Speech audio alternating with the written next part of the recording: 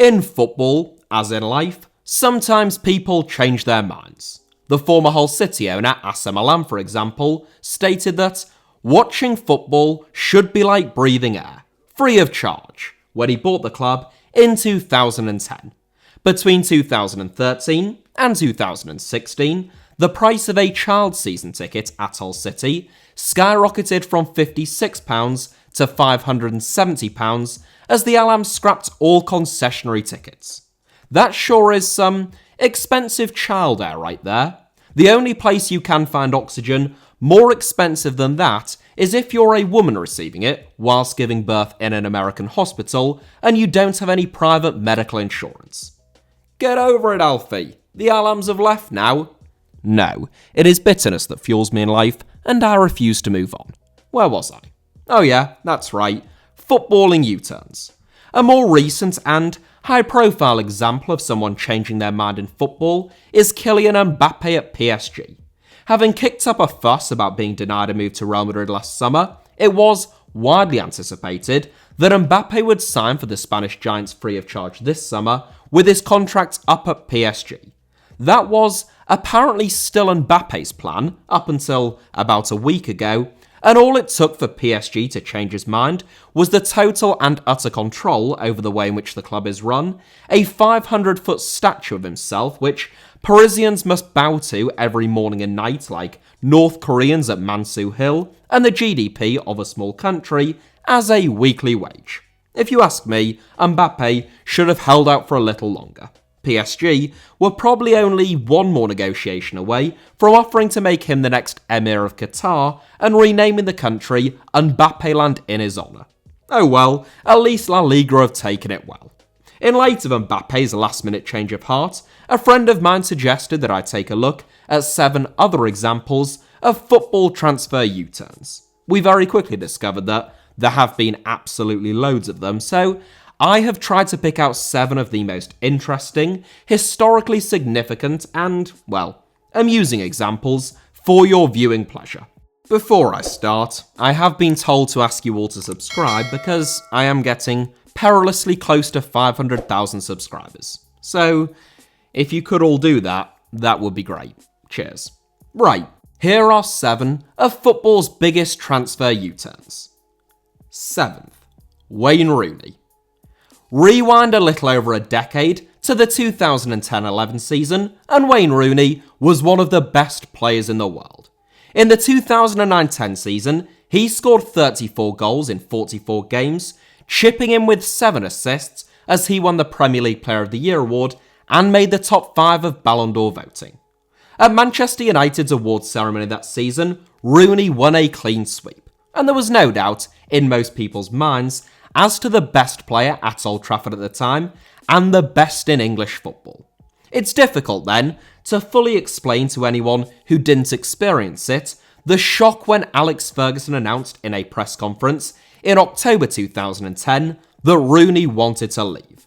I know how shocking I found it because I can still vividly remember that I was in the car at the time, with my dad, when it was announced on the radio on the same day that Hull City lost 2-0 to Fulham, and I'm pretty sure that we were on the way home from collecting a Chinese takeaway. Don't ask. Aged 24 at the time, Rooney that is, not me, I was much younger, Rooney put out a statement confirming that he had spoken to Manchester United's chief executive David Gill about the club's plans going forward. And unimpressed with the response that he had received, he informed the club that he would not be signing a new deal. Rooney's frustrations did genuinely seem to be regarding a lack of ambition, investment, and a fear that the club was going backwards rather than anything to do with his own contract or money, and looking back, in many respects, it is difficult to disagree with him. The Red Devils lost Carlos Tevez and Cristiano Ronaldo in the summer of 2009, they missed out on Karim Benzema to Real Madrid, and their only replacements were Gabriel Obertan and an ageing Michael Owen.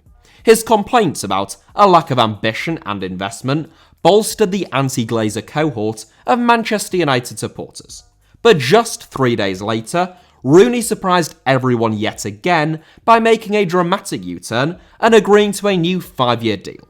Rooney said that he had been persuaded of the club's ambition, but his next 7 years at the club would be nowhere near as successful as his first 6.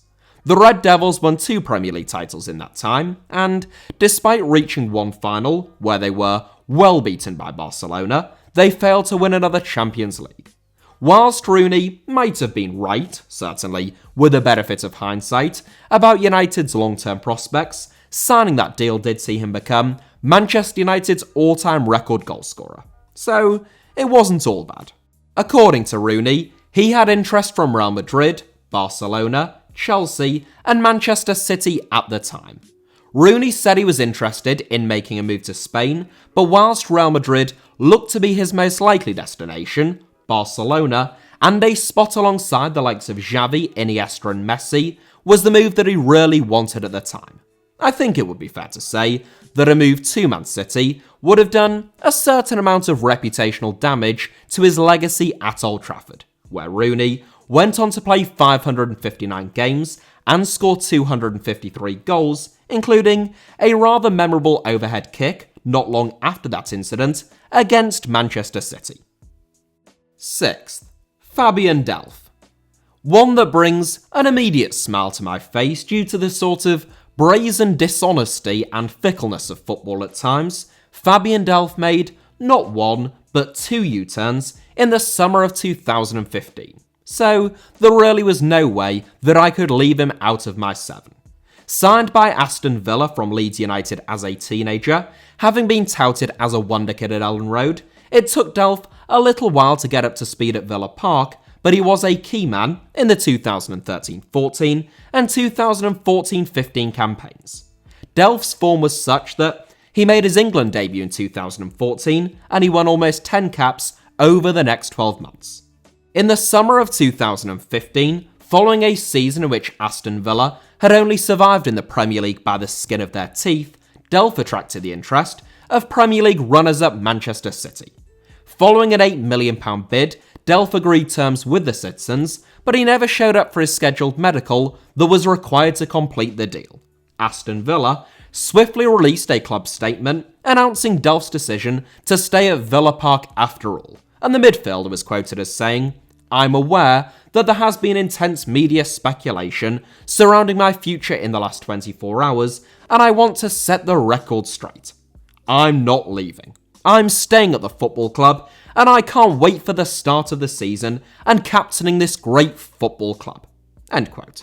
In a separate statement, Delph also declared, "I am a loyal person, and committing my future will hopefully show everybody what type of guy I am. I love the club. I love being here. This is my club." End quote.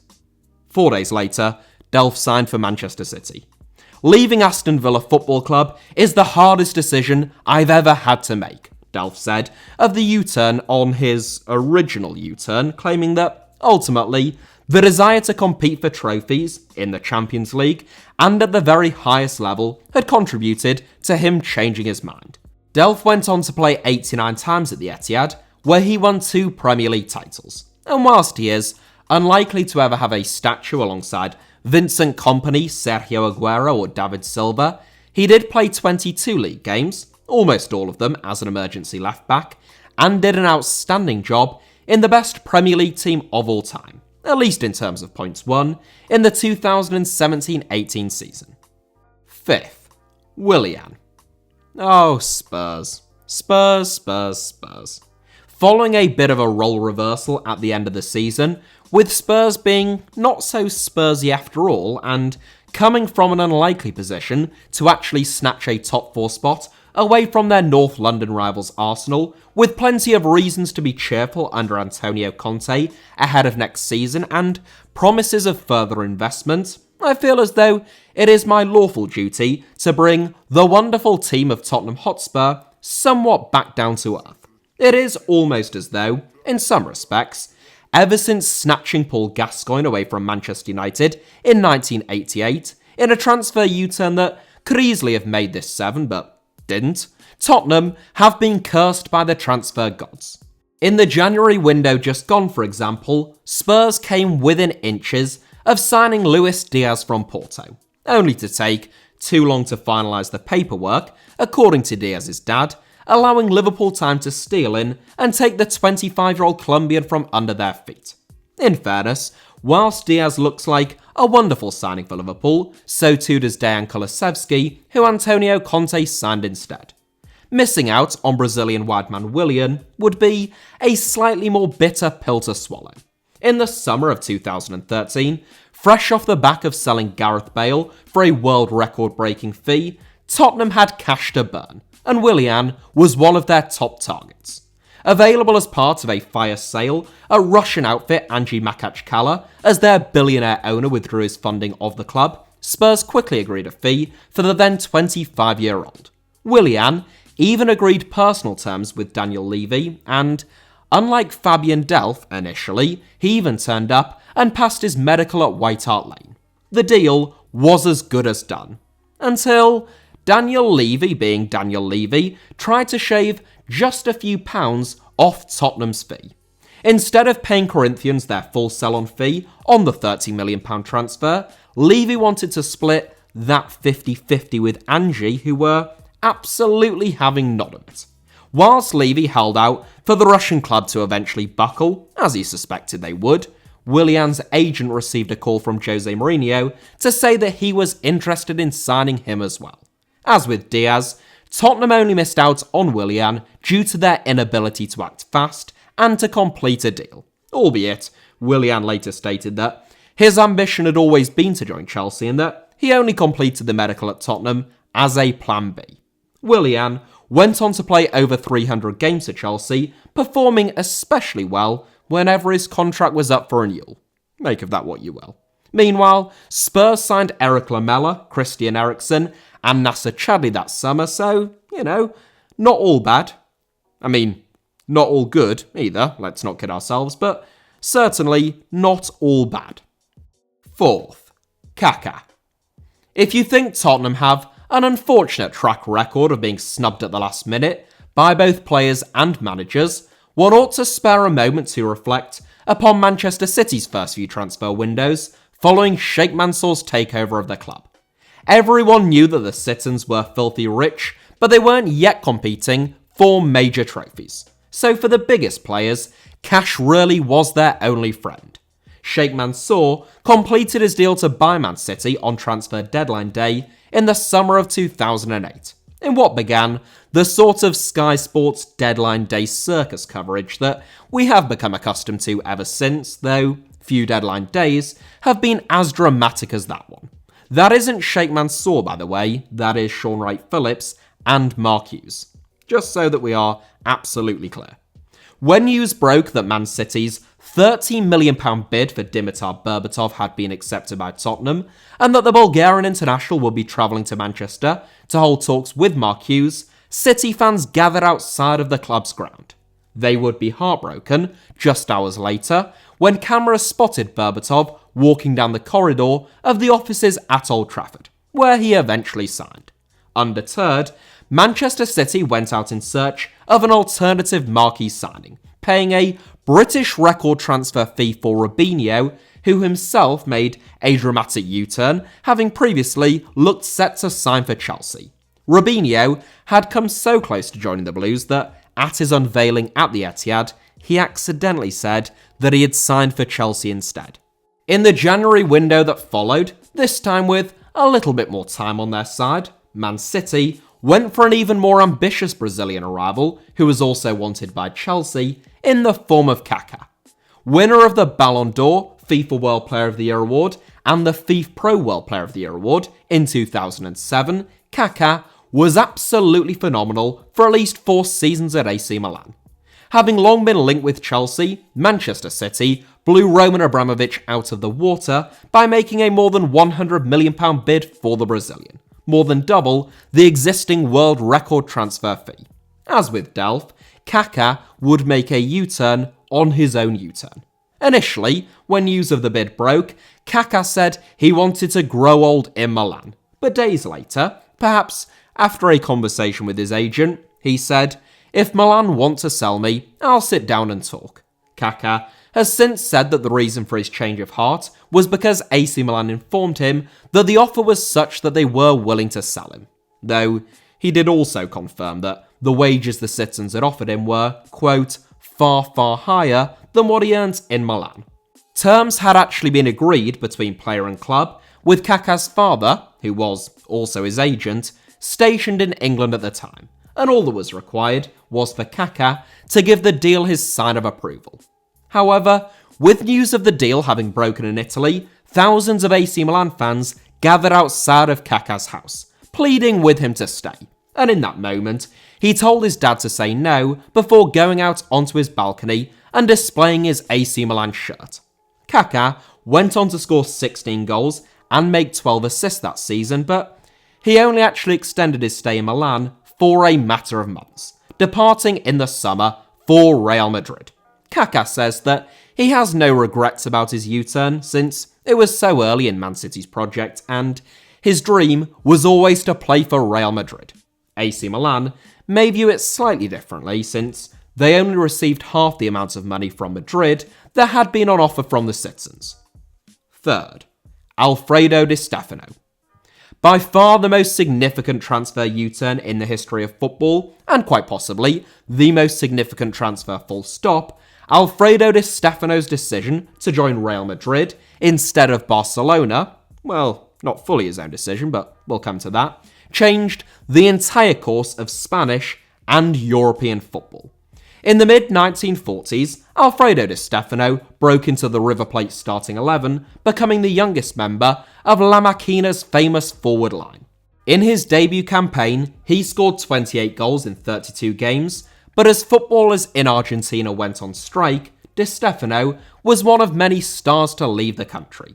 At the same time as Argentina's strike, Colombia, a country that was in the midst of a civil war at the time, broke away from FIFA, becoming an outlaw league and signing players from across the world without paying any transfer fees. It was a fascinating era of football in the country, covered expertly in this absolutely outstanding book, which anyone with any interest in either football or history, or both, should immediately go out and buy. Do it, buy it now. Anyway, Di Stefano joined Millonarios, Colombia's biggest spending club. And after 4 years in coffee country, Colombia's breakaway league came crashing down.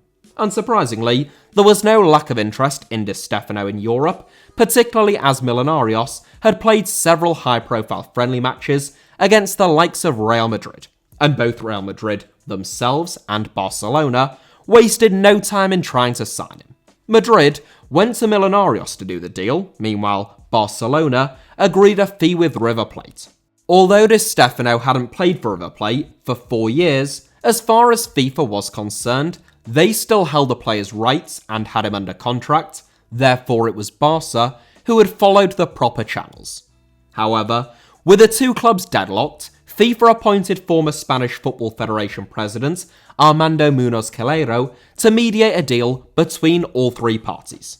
This was controversial because Calero, who was born, raised and lived in Madrid, was also a politician who served in the Cortes Españolas in Francoist Spain and was thought to be loyal to Franco, who was famous for his fondness for Madrid and anti-Barcelona sentiments due to their close ties to the Catalan movement, among many other things.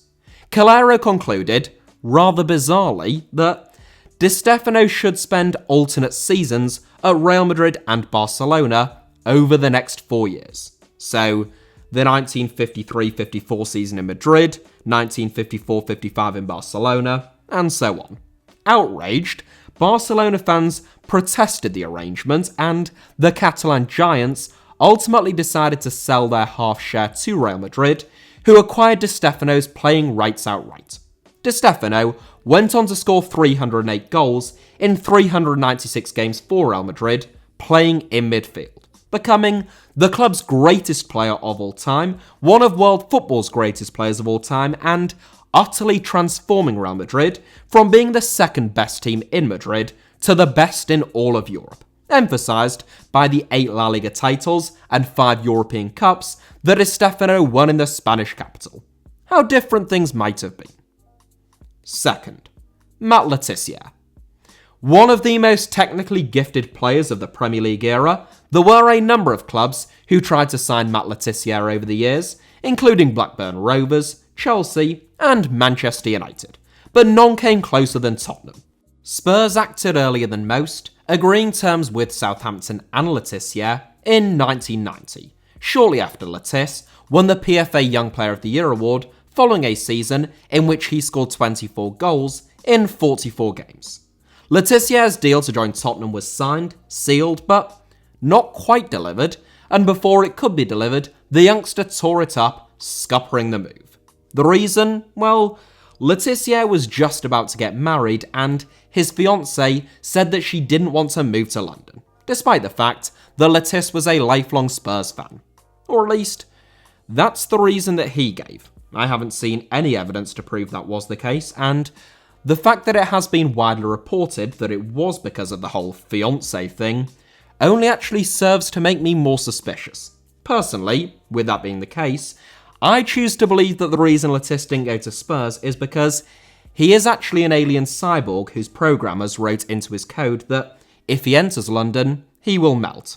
And if you're thinking, that can't be right, Alfie, I've seen him play loads of away games in London, then all I can say is, you fools, you have been duped once again by doctored footage and crisis actors. The man melts if he enters London, and I won't hear otherwise. That is actually why he didn't win more caps for England. After turning Tottenham down, Le Tissier went on to spend his entire career at Southampton, becoming arguably the club's greatest player of all time. Or did he? Well, no, he really did. Well, actually, he didn't. He spent a season at Eastleigh in 2002-03 and then played once for Guernsey in 2013. Forget it. I don't even know what to believe anymore. Maybe Le Tissier is right after all. First, Steven Gerrard. We finish where we started in many respects, with a Scouser who couldn't make up his mind. Steven Gerrard, like Matt Le Tissier, is often referred to as being a one-club man, despite not actually being a one-club man. The Liverpool legend did spend 17 of his 19 seasons in professional football at Anfield, before two, quite frankly, underwhelming seasons in Los Angeles, where Gerrard struggled with the travel in the MLS and to get around the pitch as he once had. Gerrard is still Mr. Liverpool, however, only actually leaving the club when he was told that he would no longer start games every week and joining a team in a different continent. That could all have been very different though. When Liverpool won the Champions League in 2005, in quite extraordinary circumstances, Gerrard was still locked in a contract dispute with his boyhood club. After that game, Gerrard stated, "How can I leave after a night like this?" But over the summer, Gerrard appeared to have changed his mind. He turned down a reported £100,000 a week contract offer from Liverpool, as Chelsea repeatedly battered on Liverpool's door with increasingly lucrative offers. By the beginning of July 2005, Liverpool had given up, as their chief executive, Rick Parry, stated, following a conversation with Gerrard's agent that, quote, "Now we have to move on. We have done our best, but he has made it clear that he wants to go, and I think it looks pretty final." End quote. The following day, Gerrard signed a new 5-year deal at Anfield in one of the most sudden U-turns in football history, blaming a breakdown in talks on miscommunication for the earlier statement that he wanted to leave. I know, not particularly convincing. It was the second successive summer in which Gerrard had looked beyond the verge of signing for Chelsea, where Jose Mourinho made no secret of his interest in the Liverpool captain, and nor did Gerrard make any secret of his displeasure at Liverpool's lack of ambition and his desire to win the Premier League. Gerrard only turned 24 in 2004, and naturally therefore 25 in 2005, and he would go on to spend another decade at Anfield.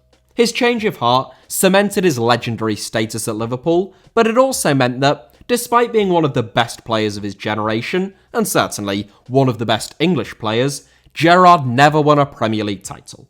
Whether that was a worthwhile trade-off or not, Gerrard seems to think so. Though, he is hardly going to say otherwise now, is he? Le Tissier actually reckons that he did join Chelsea, and we have all been duped for the last 17 years in a simulation, and who is to say that he's wrong? Me, probably, but, you know. What of it? You can't prove it, is all I'm saying. That is it for today's video. There are loads of other players, as I said in the intro, there were at least 25, but hopefully you enjoyed the 7 that I picked out. Thank you to my friend Sam for suggesting the video idea, and thank you all for tuning in. It is greatly appreciated as ever. I hope you enjoyed it. Hit the like button if that was the case. Let me know your thoughts down below in the comments. And make sure you are subscribed and have notifications turned on for HITC Sevens. You can also find me on social media, on either Twitter or Instagram by the username @HITC Sevens on both, should you wish to do so. Cheers.